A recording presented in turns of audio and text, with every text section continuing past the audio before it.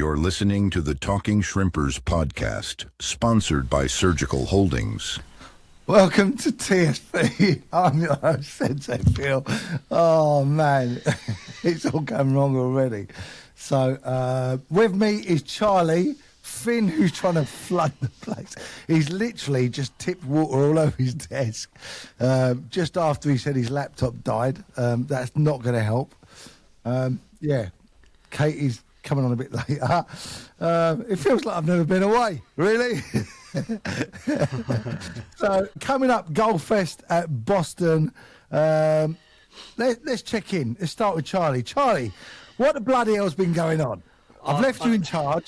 We've had one home game, match postponements here, there and everywhere.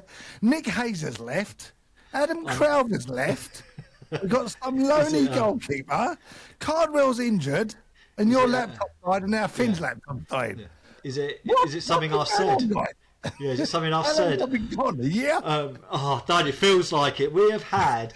I mean, the first episode went out well. For anyone that's listening, please send us your feedback. But I like to think that the first one, in your absence, Phil, went really well. But then from that point, it has gone downhill. My laptop, literally straight after that episode went out, decided just to die on me, and hasn't come back to life since. Hence why we haven't had any shows for the past couple of weeks, and obviously we've just had technical issues trying to get on and whatnot.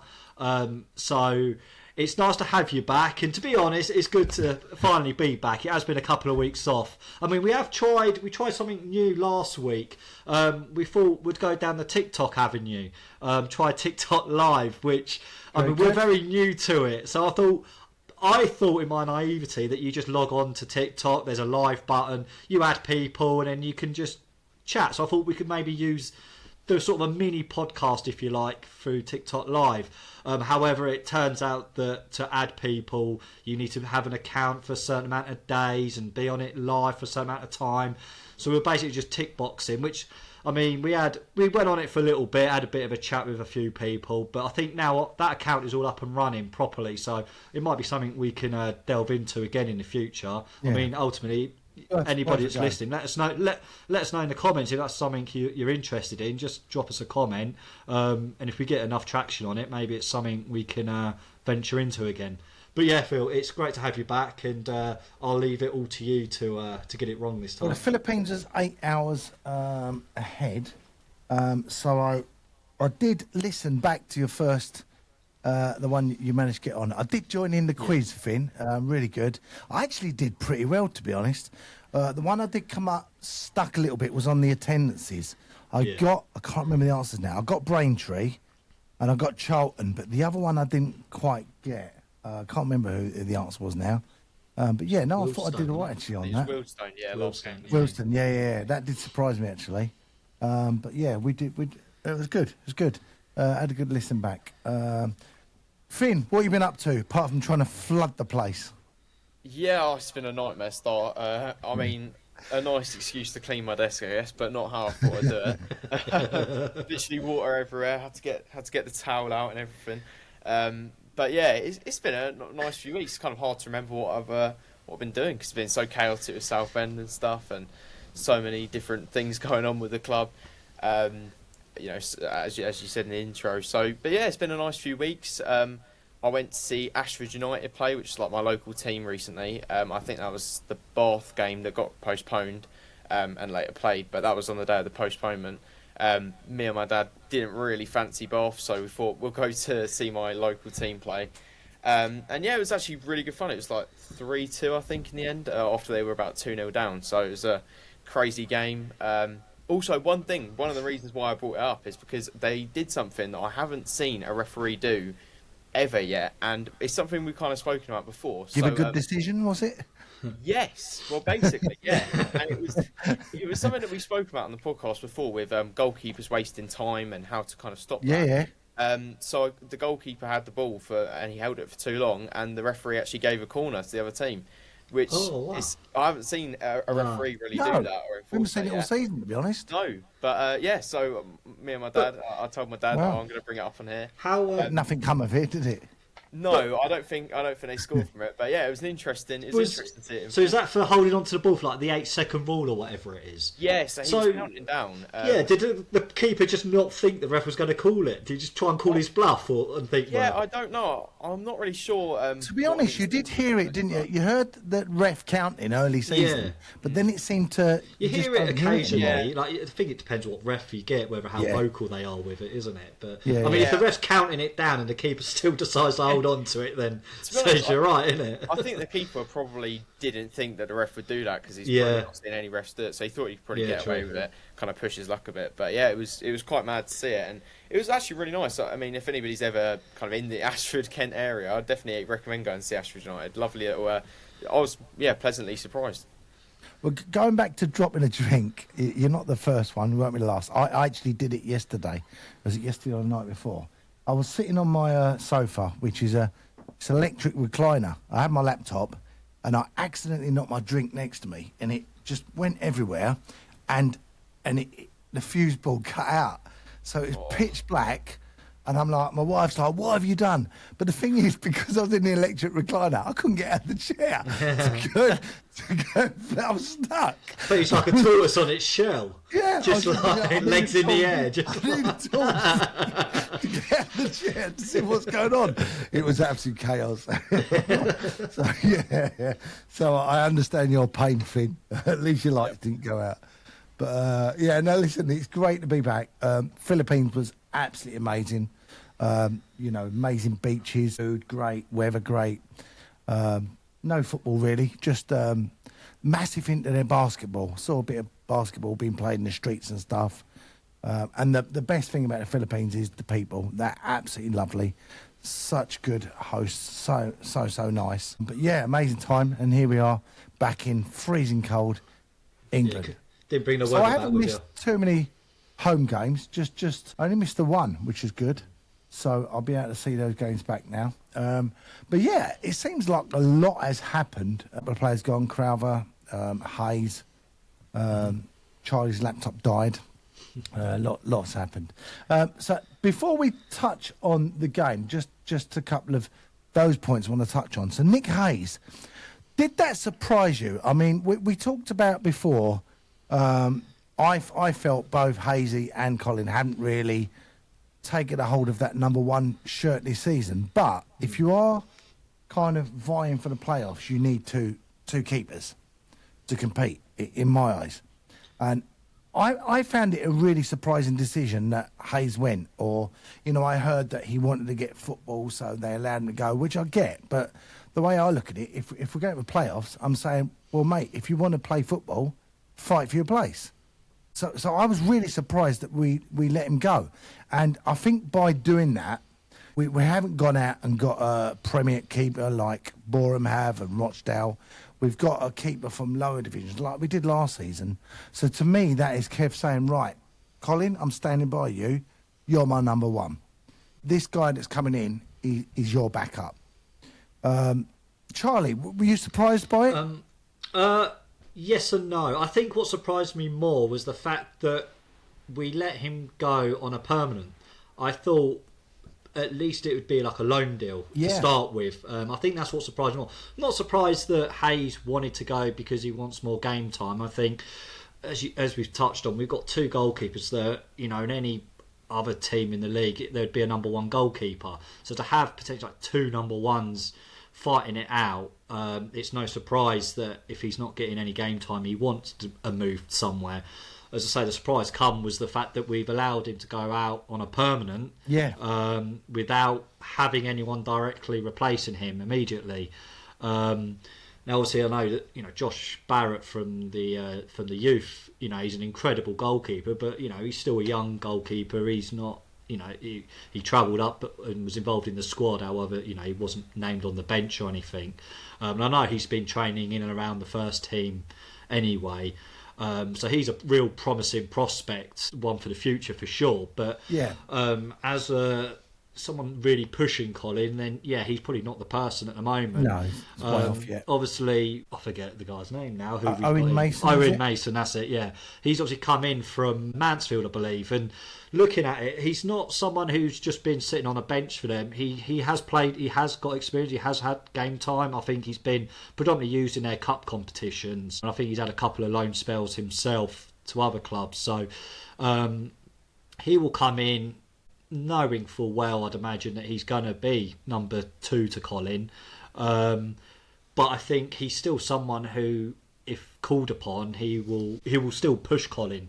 But yeah, it did surprise me that Hayes, as I say, that he went on a permanent. And I don't know if there was any money involved in that. I'm not too sure. And obviously, you know, he went straight to Hartlepool and played in goal, started and kept a clean sheet for them, and got off to a great start with them. So, you know, we wish him all the best, obviously, in that. Well, one thing with Hazy, the last 2 seasons he's been in the playoff final, obviously different clubs. Mm-hmm. Really hope he's not going to make that a treble. Well, he's lost them both, though, isn't he? So he has, yeah. Well, I don't mind if he does, as long as we play them in the final. Yeah, that's it. Yeah. Good point. Yeah. Finn, was it a surprise to you? Well, I think, yeah, I agree with Charlie that I don't think it's surprising necessarily that Hayes wanted to leave for first team football. I think he's probably too good to be backup keeper at this kind of level. But I think the 2 things that surprised me the most about that deal, as well as obviously what Charlie said about it being permanent, that also surprised me a bit. But I think the other 2 things that really surprised me was, one, we let him go to Hartlepool, who are just behind us, chasing promotion with us, which seems a weird move because clearly selling him to them, we knew he was going to be their starting keeper. He went straight in. So it seems a weird move to kind of strengthen a team right near us when it doesn't seem very necessary. But the other thing that kind of surprised me, I've forgotten what that is. It's such a surprise. It's left him gobsmacked. I've completely forgotten. if I remember, I'll jump back in. Come back, yeah. It's been a while since I've done these. I'm not used to it. It's just a surprise he managed to get on today, really. Yeah, exactly, yeah. Well, didn't drown himself. I've just remembered what the surprise was. There we go. Quiz For me, the surprise for me was that we allowed him to go and didn't immediately have a replacement. I know we replaced him with Owen Mason, you know, a little bit after, but we had that one game where we didn't have a single goalkeeper on the bench, and it just seemed to me like if Colin had got injured that game, you know, I know we got one in the game after or something, but it didn't seem like there was an immediate plan. So, okay, Hayes is out, we'll get him in straight away. And that's what I would have said to Hayes if I would have thought they'd say to him, look, you can go, but you're not going to Hartlepool because they're right next to you, next to us in the table, and you're not going until we've got somebody who can literally be there as soon as you come in, as soon as you leave. So, yeah, I think those 2 things surprised me the most. Surprised me so much that I forgot what they were. So, there you go. Yeah. So the other thing that obviously while I was away, which stood out, was the news about that we're looking for a director of football. Now, I'm really confused with that because obviously you've got John still heavily involved in, you know, recruitment. You've got obviously JD's got a role as well. We had an analyst. So I just wonder where we're kind of going with this and how it's all going to work. Yeah, I mean, I'm not entirely sure the role of a director of football. I think it maybe differs from club to club. I mean, I think it's important to... I think a lot of people sort of think that that's what John Steele is to us. Now, I think it's important to remember that that's not his role. He's behind regards to recruitment and scouting and things like that. The director of football, I mean, I'd imagine they're going to work closely alongside Kev in terms of who it is they're looking for, whether they come to some sort of model... There's a sort of a player they're looking for, a way they want to play, and then they'll then sift through certain players that will sort of match those profiles, if you like. But whether he's like a link between the 2, I don't know. Be interesting to see how that pans out. I think that'll be something though that it'll be a position that I think for you to see the benefit of. I think it'll be like a long-term sort of position. I don't think it's anything we'll see the rewards of sort of instantly, if you like. I think that's something long-term goal that if we want to push on and we want to recruit well, then this is something we need to have in place. I might be completely wrong. That's just sort of my view and sort of take. I mean, we've not got the biggest budget in the league. I don't think we've got the worst at all, but we've not got the biggest budget. The likes of York and Forest Green and even Rochdale, not far behind them. But yeah, I don't think our recruitment has been too bad. No. As a whole, we've got most things right. Obviously, the likes of Louis Lomas and Dan Mooney didn't quite work out. But yeah, I think our recruitment's been reasonably decent. I think maybe it is because I just think looking forward. Yeah, I think that this is sort of looking towards getting out of the league. If we want to get out of the league and then sort of push on into the EFL, I think this is a long term. I don't know. I just feel it's a long term goal. The club have got a 5-year plan, haven't they, of where they want to be and stuff in terms of redevelopment and getting into the EFL and squad. So maybe this is part of that plan going forward. Well, let's talk about some football on the pitch. So Boston Saturday, great comeback, 3-3 in the end. I was a bit jet lagged, so I was kind of following it and going to sleep, and I think it was 1-1, and I nodded off. Woke up, it was 3-1, and like my dreaming was just a nightmare. I thought, is it going to be one of these away results again? Then I saw your on our podcast WhatsApp, you were like, goal 3-2, so I was kind of woke me up a little bit, and I thought, I wonder if we've got time to get another one, and thankfully we did. Pulled it back. I think we were a little bit fortunate, if I'm honest, looking at Slavy's goal, because the goalkeeper basically just kicked it straight to him.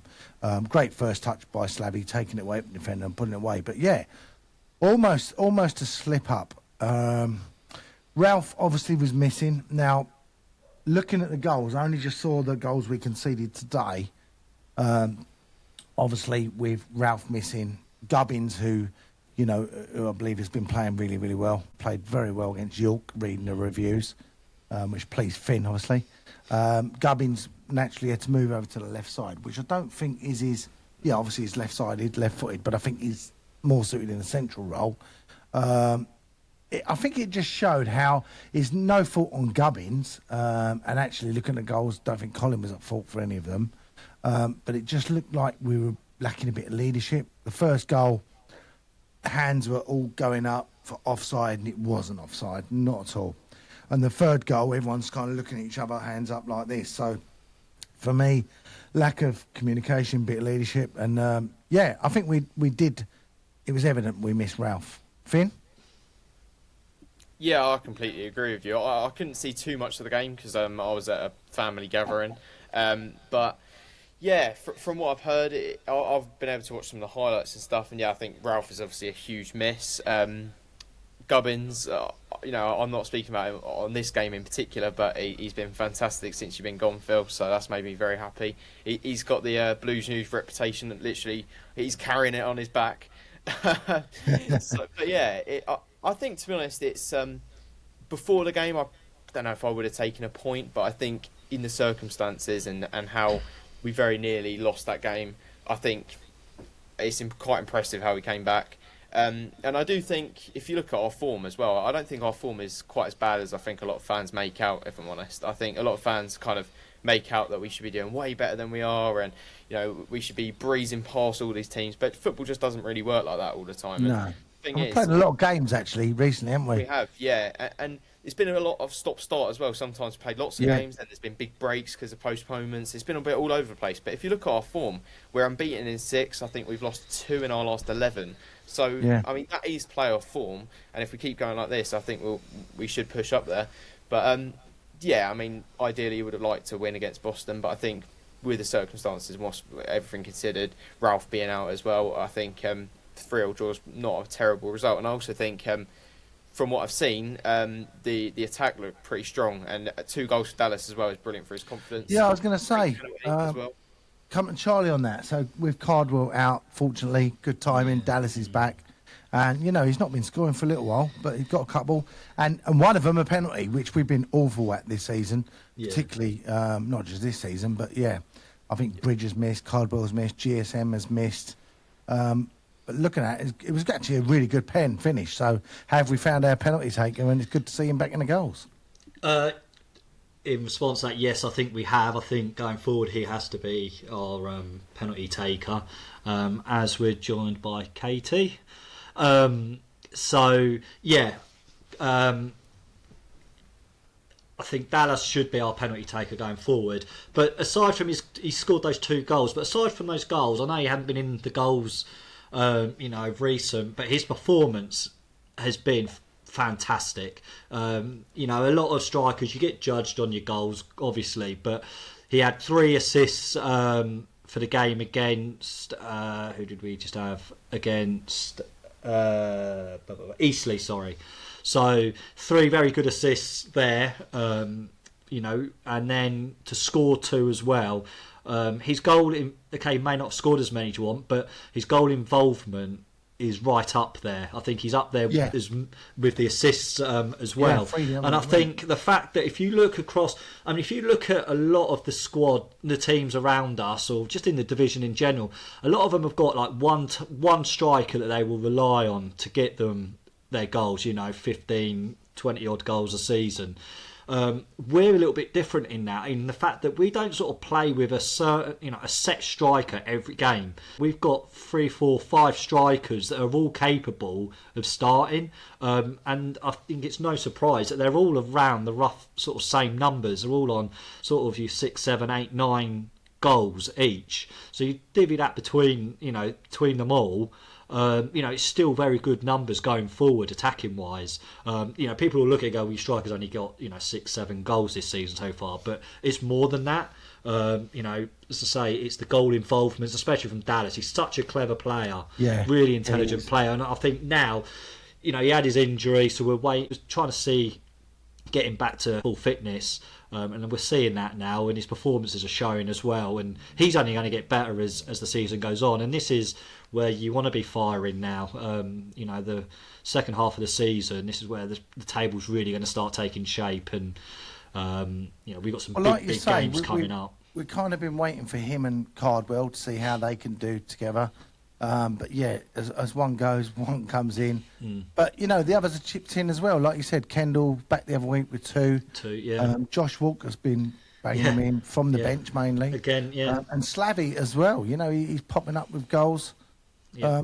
We've got options up there, absolutely, and it's good to see it. Yeah, no, absolutely. So while I've been away, obviously.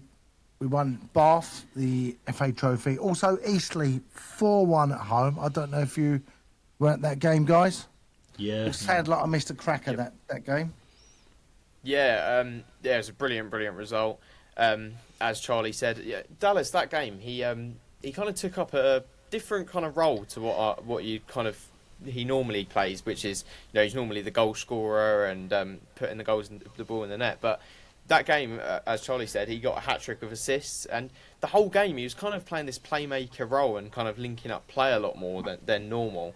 So it's kind of interesting to see a different dynamic there. But yeah, a brilliant result and just an absolutely quality performance. They literally didn't stop all game. And even when Eastleigh got their goal, they just kept pushing. It was a brilliant game. It was one of my favourite games I've been to for a while, actually, I think. Yeah. Finn, I just want to ask you quickly, because you probably sit a bit obviously in the sort of closer to the north bank than what I do, and Dallas's goal that was disallowed. Now, to me, I've sort of looked it back on replays, and I still can't see why it was disallowed. I think they're saying it's offside. Did you get a better angle on that? Because I thought it was really unfortunate not to actually be given the goal. Where I am is I'm kind of I'm like block V, so I'm not. I probably wasn't exactly on the line, but. I had the same reaction as you. I wasn't too sure what had kind of happened there. I had a pretty clear view of it, but not like I couldn't quite see the exact reason. But yeah, for me, I don't think it really should have been disallowed. I have to watch it back, but from what I remember at the game, even the replays, like on the highlights, I couldn't work it out myself. It looks to me there's someone on the line, so I just cannot gather why. But hey, it didn't matter, did it? But no, I completely agree with you. And speaking of decisions, going back to the Boston game, the penalty we conceded I couldn't see why it was given. Any ideas? Yeah, I think it was a handball, wasn't it? Was it? Yeah, I looked Was at it it a few Cav? times. And I I think thought it's that- yeah. I Cav think Miley. there's Cav Miley, weren't was it? Yeah, I think it was. I'm just looking it back now. Actually, I think it was quite Yeah. a blatant one. To be fair, I think. Too quick for my Yeah. jet lagged eyes, obviously. Yeah, I think it was from the corner, wasn't it? Yeah, it's a clear handball. I think. And York City, did you go to that game, Charlie? Yeah, I went up. So I went up the Friday before. Never been to York, but been told of really Yeah, nice place. really good things. I'll tell you. I don't know how true this is, but I think they have the most bars and pubs in like such a small radius. Like every pub you went to was like next door to each other. Literally, Did you do didn't have to. pub crawl then? After Yeah, the but game? literally. Well, I did it on the Friday. Oh, dear God. But literally, we come out of one pub. We've done about 8 or 9 pubs, and I think we only walked about 100 yards. It was ridiculous. So we probably didn't get to see heart. I don't think we even got into the town centre. But yeah, really, really good day out, to be fair, up there. Good result. Yeah, bitterly cold. I mean, yeah, it was a very good result. I said to some mates that I went with, I said, look, we'll take a point all day long. You know, for me, they're probably one of the best teams I've seen us play when we had them at Roots Hall. And looking at them, you know, they've dispatched Carlisle quite comfortably. I think Carlisle, have conceded 8 goals in the 2 games they've played against them. So for us, 2 draws, I think. Ultimately, York haven't been able to take points. It's easy for us to say we've taken points off of York. Well, York we haven't been able to beat us. So I think it shows how well we've done as well. I think just the kick in the teeth was when how late on the goal was conceded. It was coming, but we had our opportunities that game to really put it to bed before then. But ultimately, I don't think we can be upset. I've said before, if we're going to consolidate these this playoffs, we need to at least get points on the road and get 3 points at home, which at the moment we're doing. So I'm happy with that result. So Katie's joined us. I'm not sure if she's on a pub crawl of her own or if she's looking for Goofy, maybe. Katie, where are you? Sorry, I've just finished uni, had a late lecture, so I'm just walking back through Chelmsford High Street. Right, I think we should give her a mission, guys, don't you? Yeah. What can we do? We need to find someone and say up the shrimpers, which And could be a bit subscribe. confusing. Let's get at least 20 subscriptions by the end of this show. Just walk up to everyone in the High Street, yeah? Yeah, right, get on YouTube, subscribe. Oh, this podcast is mad. You never know what's going to be next. Takes us everywhere. So, yeah, unbeaten while I've been away, which is good. Maybe I need to go back. I'm quite happy with that. Yeah. I'm more than happy to go back, trust me. But we are now, so that is what, 5, we're 6 unbeaten. What was the deal with Alex? Remember Alex, who was growing? Yeah. Was it 5 wins on the spot, or was it 5 Yeah. unbeaten? It was 5 wins, I believe. Right, But I have. we had 3, didn't we? Yeah, so I have spoken to We him. kind of messed it up for him. We was hoping to obviously get him back on. I think last week, but obviously we had a bit of a blip with technology. However, I have noticed on his socials there's not been much on there, and so I have messaged him, and I think he is planning on doing it again. I don't think it's started up just as of yet. I think he's got some other things going on. So, but we'll touch base with him at some point and Yeah, see he's getting back how on. he gets on. Yeah. Yeah, good. Okay, that is the end of the first half. Coming up in the halftime show, we've got Academy FA Cup run ended. We've got teammates with Harry Taylor. We talk Southend ladies, and we touch on the debate. So don't go away, guys.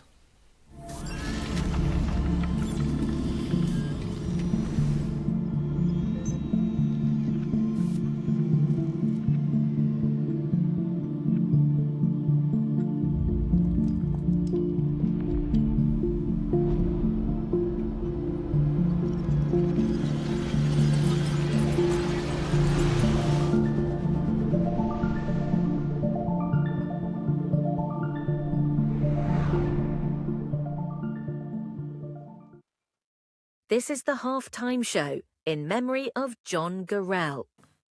Right, we seem to have lost Katie. I hope nothing's happened. So we will come back to the ladies. Let's talk about the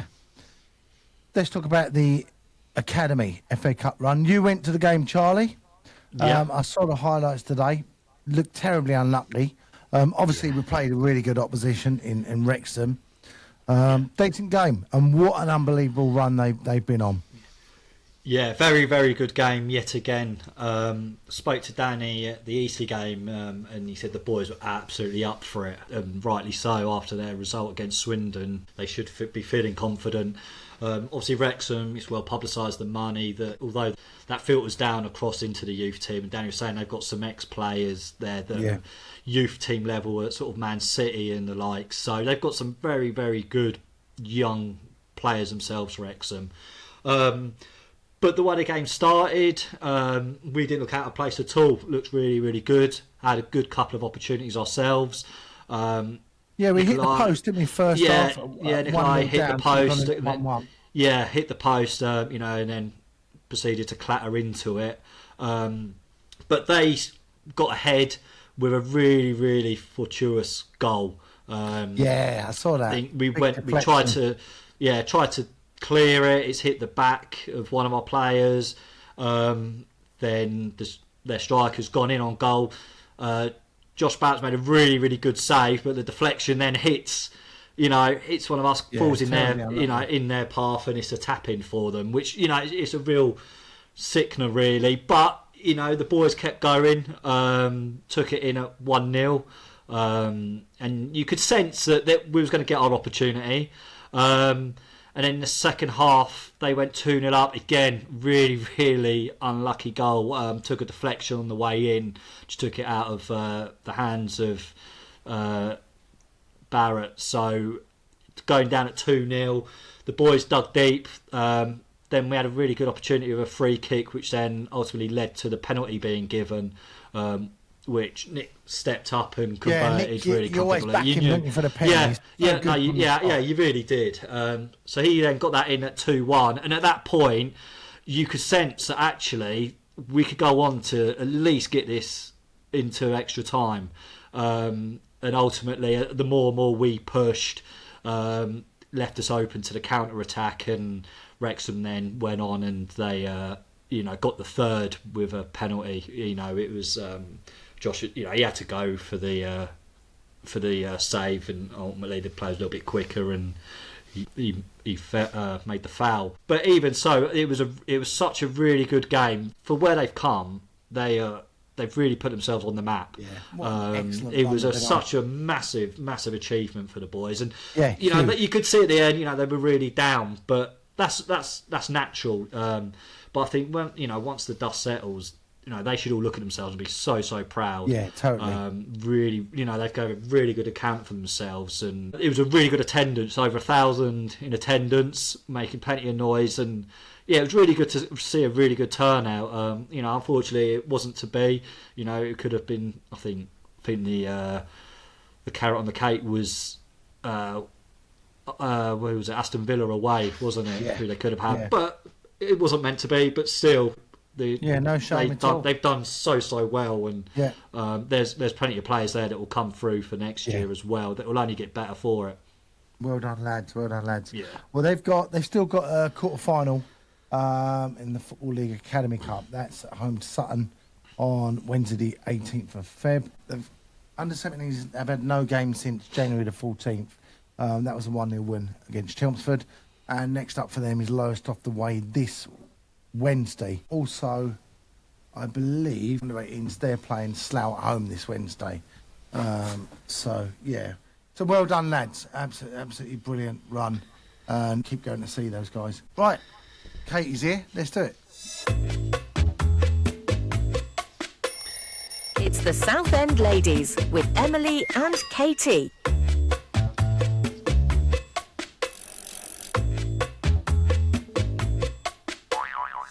Katie, where are you now? I'm just waiting for the bus, but we're right. we're all good. This is a first, isn't it? This is a first. This is commitment to the Reporting from cause. the This bus is. in Chelmsford. Yeah, so you obviously played Chelmsford yesterday away. Tell us all about it. Tough game. Yeah, it was a tough game. I mean, Chelmsford are a phenomenal team. I think I've said that when we played them Yeah. before, but unbeaten still in the league. And they took a team last week, division above, to penalties. So it was never going to be an easy game.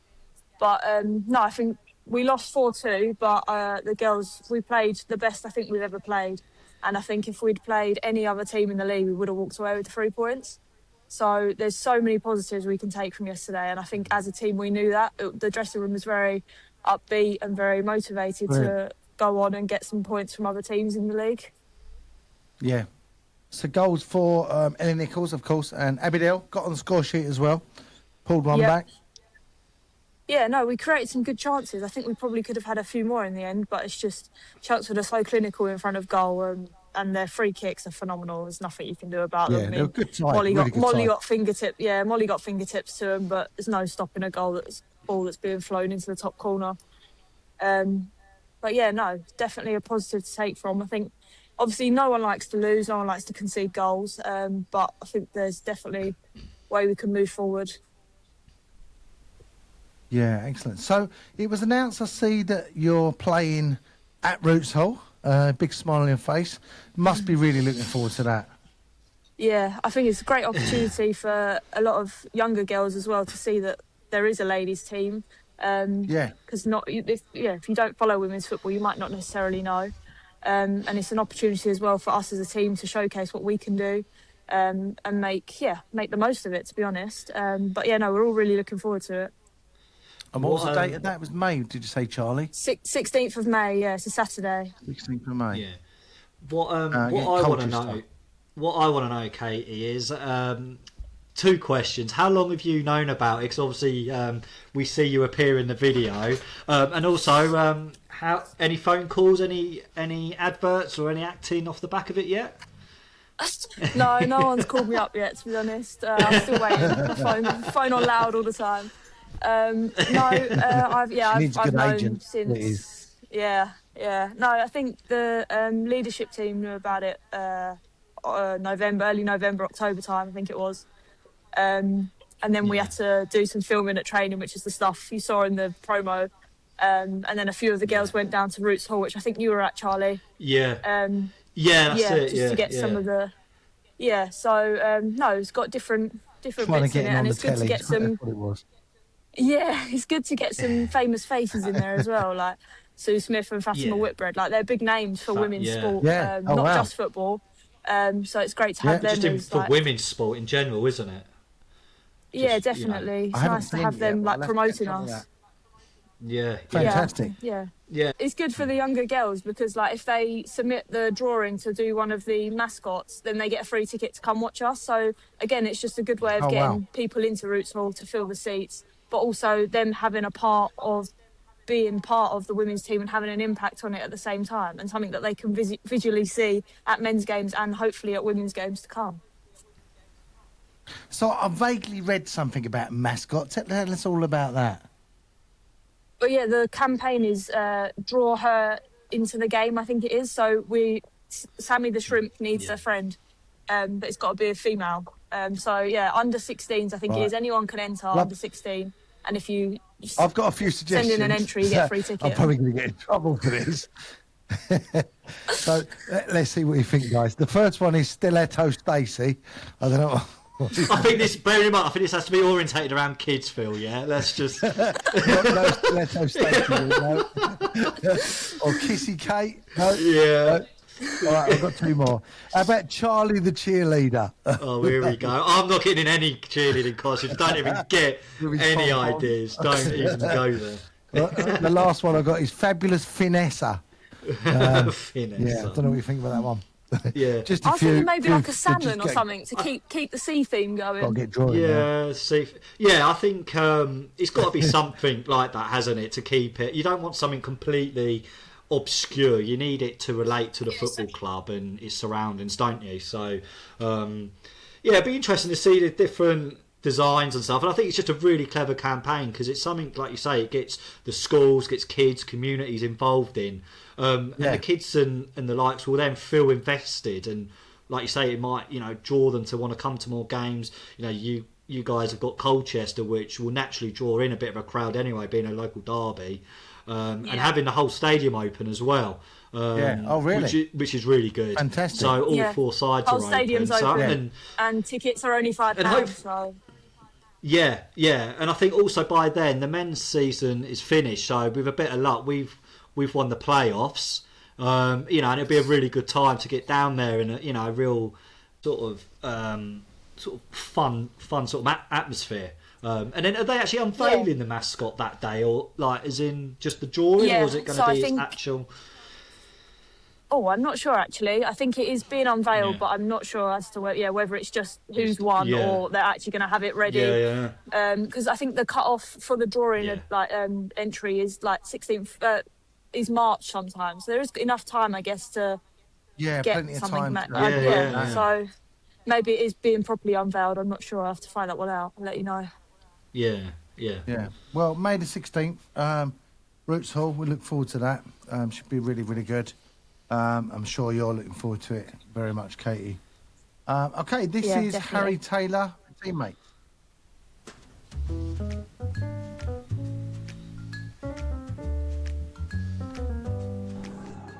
Best and worst dresser. Best, I would go Walks. Worst, I would go Ollie Coker. Best and worst trainer. Best trainer, Ralphie. And the worst, it's a tough one. Cokes again. Worst playlist, probably Gubbo. Team Joker, I would go Gussie. Always late, Keenan. Most intelligent, I would have to go Tom Hopper. Who needs help? Probably Gubbo. Gubbo needs a lot of help. Who pays the most attention to themselves in the mirror? Mr. Jack Bridge. What would be your football superpower? Probably to be better at shooting, because I don't really score that many goals.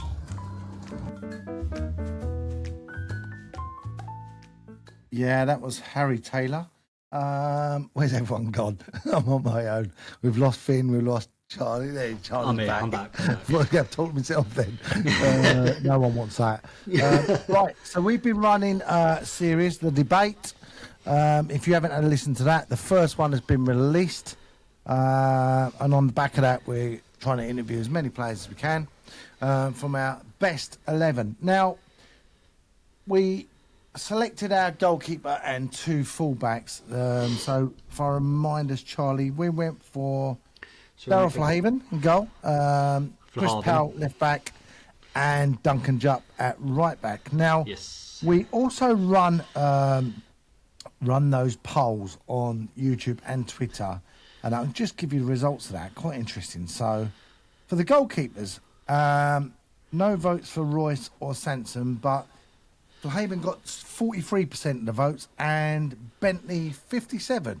So the other way round to us, and that was on. What did I say? That was on X. That was on X. Yeah. That doesn't surprise me. I think because obviously a lot of users of X are probably that was YouTube. Oh, so X wasn't much difference. It was Flahaven 45% and Bentley 55%. Yeah. I mean, I think even we struggled, didn't we, between the two of them? It was very, very hard to make that decision. So. Yeah, it's no surprise, the polls reflect that as well. Yeah. So, looking at the right backs, now this is very interesting actually. So, on YouTube, nothing for Simon Francis, but a draw. Dean Austin came in second on 25%, and joint first was Duncan Jupp and Jason Dimitriou, 38%. Now, we opted in the end for Duncan Jupp, so. Yeah, again, not too many surprises there. And on X, Francis, funny enough, 50%. Nothing for Jupp. Austin, 38%, and Dimitriou, 13%. So it's really interesting, actually. It's called a debate, and that's what it's all about. Yeah, of course. football's all about opinions, isn't it? Yeah, yeah. And I think that sort of reflects as well on, different social medias. You have different sort of age groups and things like that. So it opens it up for everybody, doesn't it? Everybody can, join along with it. And as you say, it's called a debate for a reason. And it's been so difficult to make those choices. So if you haven't listened to it, get over and watch that debate, because it's the first of many. And we've got some really good interviews off the back of them to keep an eye out on. So the left back was an easy one for us in the end, easy for the voters as well. So nothing for Edinburgh and Coker, but Ralph 25% and Powell, no surprises, on 75% of the votes. And on YouTube, similar, Ralph 14% and Powell 86%. Overwhelming results. No surprises there. Chris Powell, what a player. No. Yeah, and we said out of all the positions that we've sort of discussed so far, that was one that was probably our easiest decision, just in terms of his appearance, what he's won, what he's gone on to achieve. So I think and that probably reflects in the polls as well, doesn't it? That he's, when it goes down as an absolute Southend great, doesn't he? Absolutely. So next month we will release our second episode. That's looking at the two wingers and two centre backs. I have a feeling you might know one of the wingers are, because we did release at Christmas. If you haven't listened to that, absolutely brilliant interview with Rick Yotto. Fantastic. Do ever listen to that. We'll also have for you next month Duncan Jupp. We'll be releasing that one. Maybe one other. We'll see. Might hold it off for a bit. But yeah, great debate. Do ever listen to the second debate coming out in Feb, and if you haven't had a listen, get back and listen to the first one. Yeah. And leave in the comments as well. Your choices. I was going to say, let us know. It'd be interesting if it could be someone different. It doesn't have to be the four that we've discussed. If there's other people that you feel should have a mention, let us know. It'd be interesting to know, other people's thoughts. Okay, up next, tomorrow, Rochdale away, one of our 3 games in hand. Now, this is the third game of asking, or this fixture is the third time we try to arrange this. I'm not sure how many will make the trip up. Obviously, it's a long way up on Tuesday night. Weather's not great, and as I said, it's been cancelled twice already. Knowing Southend will have a good following. Bearing in mind, both sides have conceded the least amount this season. Rochdale sitting on 16. Southend, even after those 3 goals Saturday, sitting on 23. The two meanest defences. So we're looking at a 0-0 draw, aren't we, Charlie? I don't think we are. First of all, I think it's mad that we're nearly in February and we haven't even played them yet. Yeah, this season it's just bonkers. Even the home game got moved, didn't it? Exactly. Exactly. So this will be the first time. Well, if you like, the first time we've played them and hopefully finished playing them, carry out the full fixture. I want to just touch on quickly before we go into the game. You mentioned about the fans. I don't know if you've seen that when we took a large following up there when it did get called off, in that second half.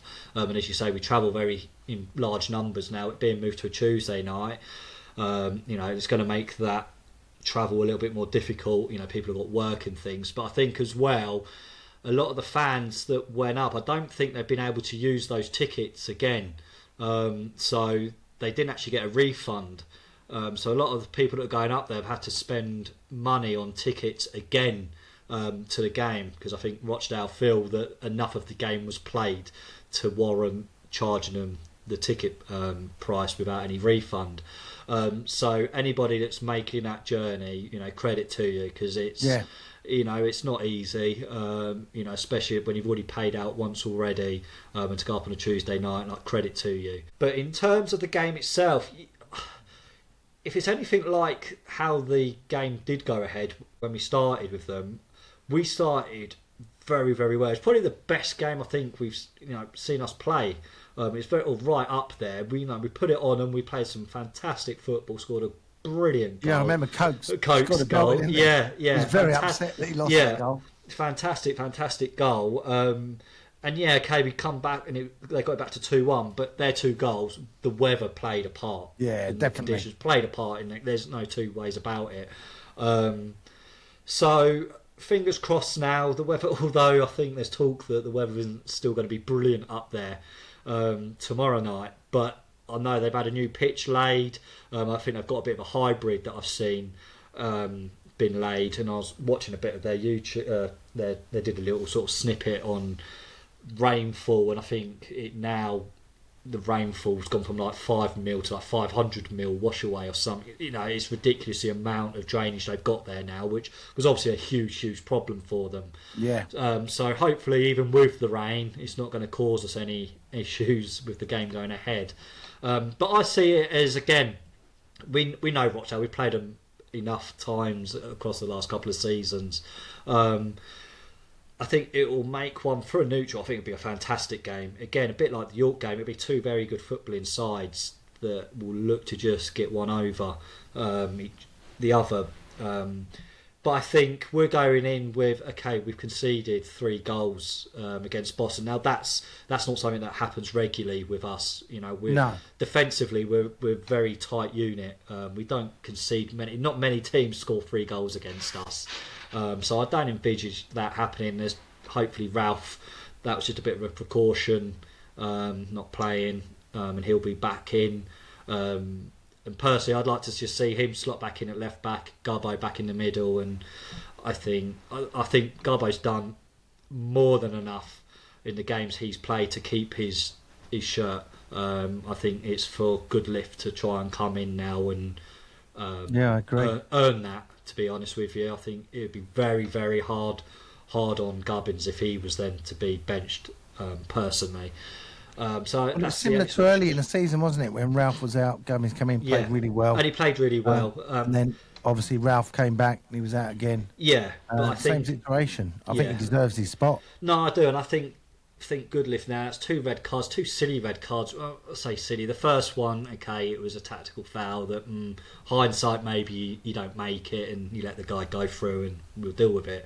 But the second one, pulling the guy's hair, that's just stupidity. To be fair, so I think it's his turn to be patient, as Gubbo has been. I think the only thing that's lacking with Gubbins is a couple of goals. Really, I think you put some goals in his game, he'll be right up there. But for terms of consistent player, he's been hasn't really put a foot wrong. So up against York, he was immense, and I think he'd come away as man of the match, rightly so. So I think it'll be a really, really good game. But I think we've now got our strikers all firing. A good rotation of strikers that we can bring on later on in the game to freshen things up, that look hungry to score. I'm really excited to watch it. To be fair, be a decent game. I mean, they're a very good side. We know they've been excellent this season. Really interesting contrast throughout their team. In goal, you've got 18-year-old on loan from Man City, Oliver Watmuff. I've mentioned him many times, and then up the other end could be his dad, Ian Henderson, 41 years of age. Yeah. So the age gap is huge. Yeah. But listen, Ian Henderson, 41, he's still doing it a bit. Yeah. Yeah. Oh, yeah. Absolutely. And Rochdale, they are where they are because they've got a good squad, got a good team. They're similar to us in terms of got quite a few games in hand. So this will be one that we really want to. Especially with them, in those playoff positions as well, we want to take points off of them, and similarly, they'll want to do the same to us. But I think it'll be 2 good footballing teams that are going at each other, and ultimately, I think it's who makes the less mistakes. I think who's going to win it. I think. What are you calling then? If you're going to predict, I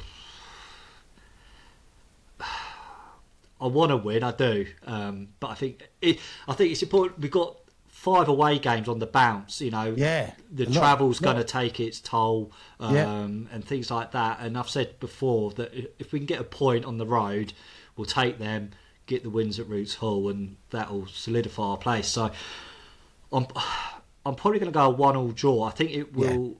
I think that's a fair result. I want it to be a Southend win, of course.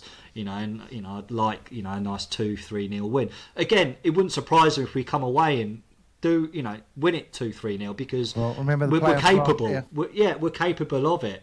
But yeah, I just think it'll be. Yeah, I think it'll be a really good game. I really do. But yeah, I think I'll go a 1-1 draw. So coming on to Saturday, obviously we were going to play Rochdale. That's been moved. We've now got Chatham in the FA Trophy, a competition that we will fancy our chances in. Obviously away again, as you mentioned. We seem to be away a lot at the moment. Banana skin or formality? Formality for me. I think I think in seasons gone by we have had the slip, like the Sittingbourne game, for example, and we've had those games where we should be comfortably beating these teams, and I think that's the difference this year now is that we've got the depth of squad that we can freshen it up a little bit, and we've got enough quality to see these teams off. There's a little bit of an edge to it being not just over the bridge.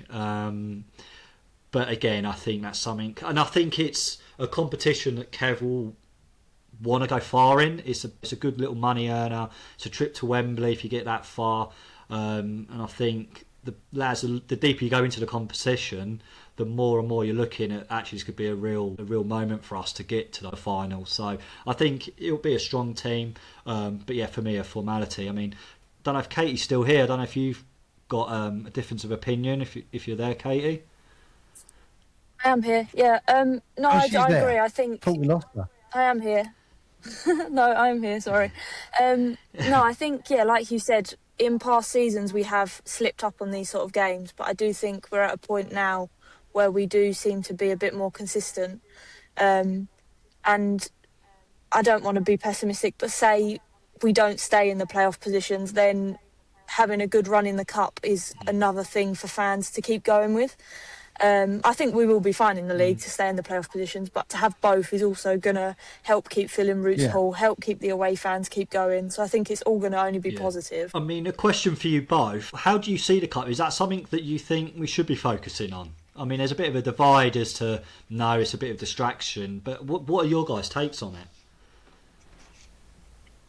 Katie first? Yeah, I guess you can see it. You can see it both ways. Like you said, it's a good way to get some money into the club to then invest it in the future. It's risky. You put all your eggs in one basket and then it fails, then you wish you would have done it the other way around. I'm not sure. I think at the minute we've got a good enough, strong enough squad, including subs, to keep going in both and to put effort into both. I think if there were more injuries to occur and stuff, then maybe you'd have to look at it and think, do we just want to focus on the league? I guess at the minute I'd say both, but depends what happens in the future. Yeah. For me, you've got to go for it. Definitely. I mean, the playoffs, I think we will make. I've said that all season. I think we've got a strong enough squad. But listen, there's no right to go and outright win that, even if you get to Wembley. It is a bit of a lottery.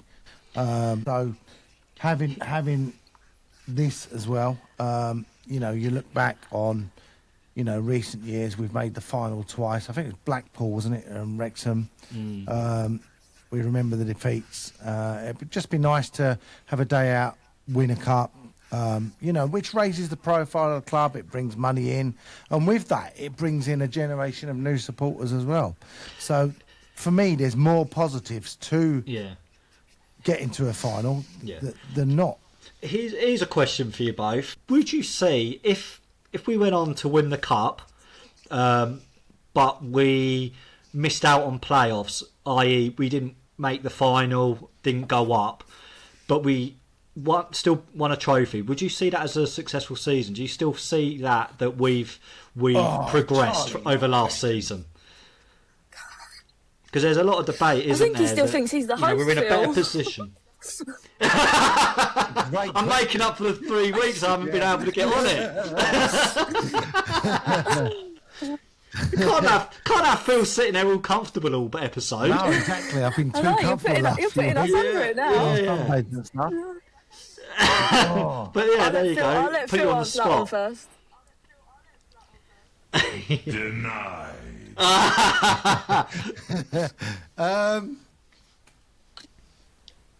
No, I think you've got to.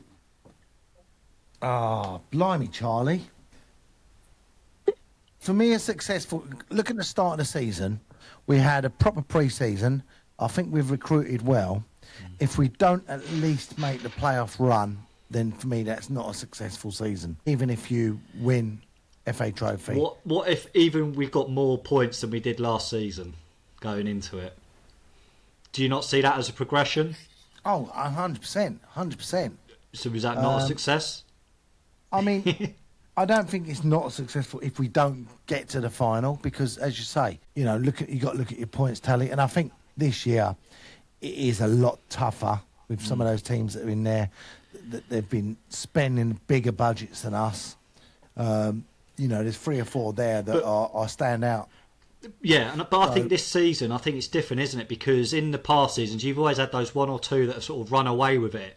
This season, there's 6 or 7 that are in amongst it that any of us could go up. Yeah. So yeah. We could still even win the league. Of course we could. Happen. Yeah, no, we could. But listen, anything's possible. But listen. Looking at the teams that are in and around, bearing in mind we're talking about only one goes up and one goes up in the playoffs. So there's a number of clubs spending budgets trying to get out of this league, and it is tough. It's proven year after year it's tough. I wouldn't have started the season saying we're definitely going to get into Division 2 next year. No. I still think maybe we've got another season, National League next year. So listen, if we at least get to the playoffs and we give it a go and we win a trophy, that is successful for me. Yeah. But you've then got to be looking at going up next year. And, if we don't go up, a question for you, we've got a number of players out, our contracts are up. Now, I believe I've read, I don't know, I'm not privy to information, that we are negotiating with a number of players. But ultimately, it's likely that 1 or 2 will probably want to move on as well. So I think there will be some changes. Bearing in mind, we talked earlier about a director of football coming in. So I think the target for going up probably is more likely to be next season than this.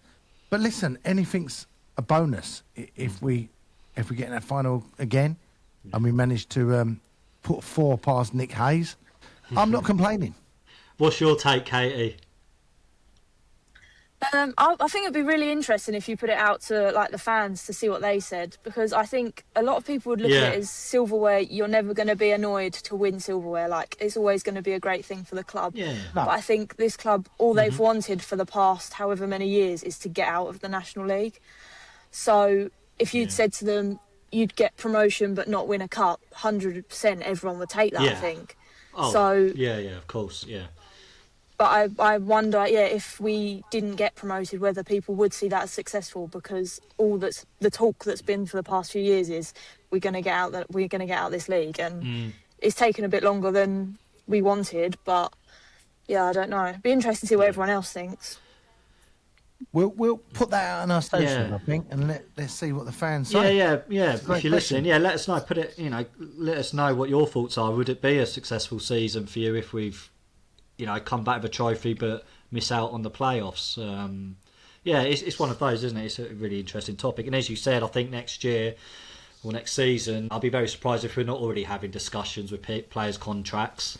As you say, there's a few there that if we don't make it and Football League clubs come knocking, it's going to be very hard for us, I think, to keep hold of those players. They've had 3-4 years of non-league football trying to get out of it. If their contract's up and an EFL club comes knocking, gives them that opportunity to play in the Football League, unless the money's there, or it's very, very hard to then keep them. There's only so much. Here's a question for you, Charlie. I'm going to throw one back at you. Go on. So if we say director of football's been brought in because we know a number of players are not going to re-sign, I'm not saying that's happening, I'm just playing devil's advocate. So he's going to bring in, there's going to be wholesale changes, but you can keep 3. What 3 players would you keep in the squad? Jesus Christ. Yeah, I know. There, I'm giving it back to you. Harry Taylor. Yeah. Oh gosh. Harry Taylor. You've really put one on me there. It's really tough, you It's know, when you mess with fire. because Gus. You get Gus. A lot of people will probably say Gus. Now, I think Gus is a fantastic player. He really is. What's the word? It's not a concern, but I think the reason maybe Gus hasn't played at a higher level just yet is defensively. He's probably not the strongest, I think it's fair to say. Going forward and the attacking threat and the goals he gives us is brilliant. And I think it works in the system we play. But I think maybe he just lacks that defensive edge, maybe, going back. And I think that's a fair comment to say. I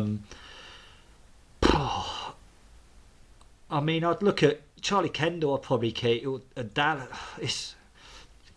You know, I think Kendall's got a good future ahead of him. You know, he's still young, and I think all the time and keep him fit. I think I'd be likely to keep him, and then I'm probably leaning on. I'll probably say like Gubbins, to be fair.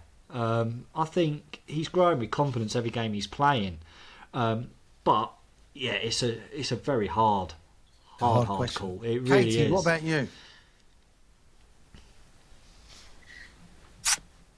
Yeah, I don't know. What Gus gives us going forward is a game changer, really, to be honest, in most games. But I'm not sure. I think I need a week to think about that one. I'll come back to you next week. We'll ask you next week. Then. You cop out. You're getting away with it. Yeah, that is a cop out, but I've copped out, so. Yeah. Don't worry, I'll remember. Yeah. Yeah, and I'm not going to answer the question. Yeah, obviously, yeah, because I'm the host. Yeah, exactly. I'm allowed to answer. I mean, if I was to pick one, I think you need a striker who can put the ball in the net. For me, Dallas is a fantastic footballer. If he's not scoring, he's making assists. I'd love to make him permanent. We'll see. Might happen. Yeah, might not. Yeah, but, watch this space, yeah. yeah. Well, watch this space. So, yeah, that is the end of the show. We'll get reaction next week from the Rochdale and Chatham games. We should have a guest on as well with us, and we'll find out from Katie which 3 players she would keep. Thanks to our co-host Finn, where he's gone, Charlie and Katie. Get drawing your mascots for the ladies team. Thank you to our sponsors, Surgical Holdings, and we will see you again next week.